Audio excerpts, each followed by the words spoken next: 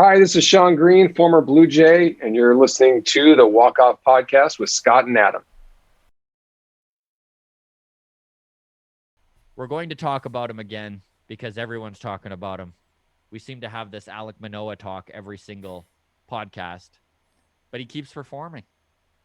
I mean, last week we talked about how Ross Atkins went to Trenton and watched him pitch. So his third outing was 2 days ago. 6 innings, 10 Ks, 4 hits, 1 earned run. Now, if you're Alek Manoah and the big man in the front office comes down to watch you pitch, you know he's there, right? Like, Of course. do you think they tell him before the game, or does he have to kind of like find out through side channels? Like, no. oh, hey, psst, by the way. For sure, that's how it was. For sure. But I guarantee he knew that he was there. Yeah. I guarantee Alek Manoah is listening to every word Ross Atkins said because I thought you were going to say listening to every word we're saying. No, yeah, I wish.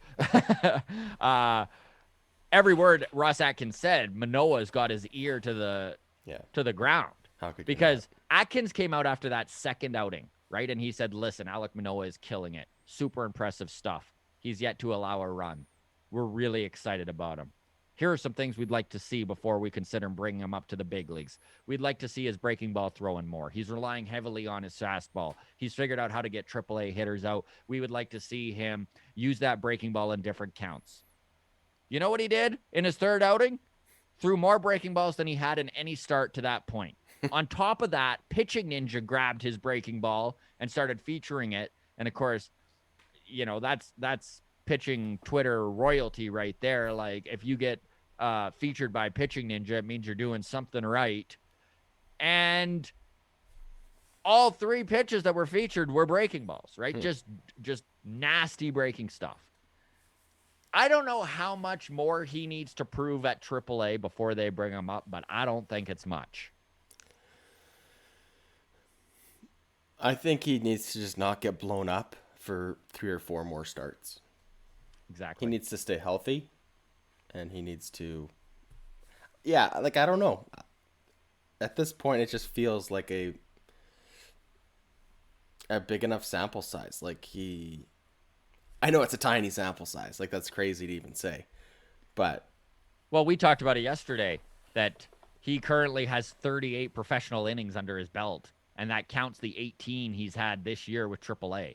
You know, like, he's very new to his professional baseball career. He's fresh, but he's not young. And let's just remind people of that. He did go the college route. He's not 20, right? He's I think he's not Simeon Woods Richardson. He's a few months younger than Nate Pearson. Yeah. He looked good in spring training. He did against the Yankees, Major League Baseball hitters.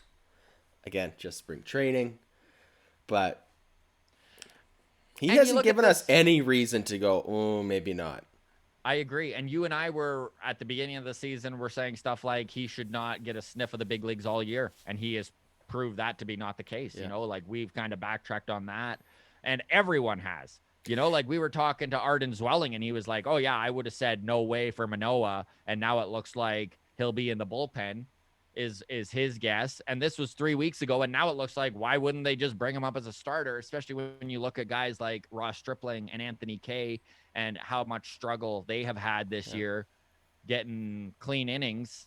How much worse can Manoah be? I don't know. And this is what you want from your prospects, right? It's just be so good they can't ignore you, and that's what's happening. So exactly. Manoah has done everything he's had to do. It's impressive. Now, I will say, if they bring him up, you know, barring injuries, knock on wood, Joe Woodhead here, I hope they give him a little bit longer leash than Nate Pearson had.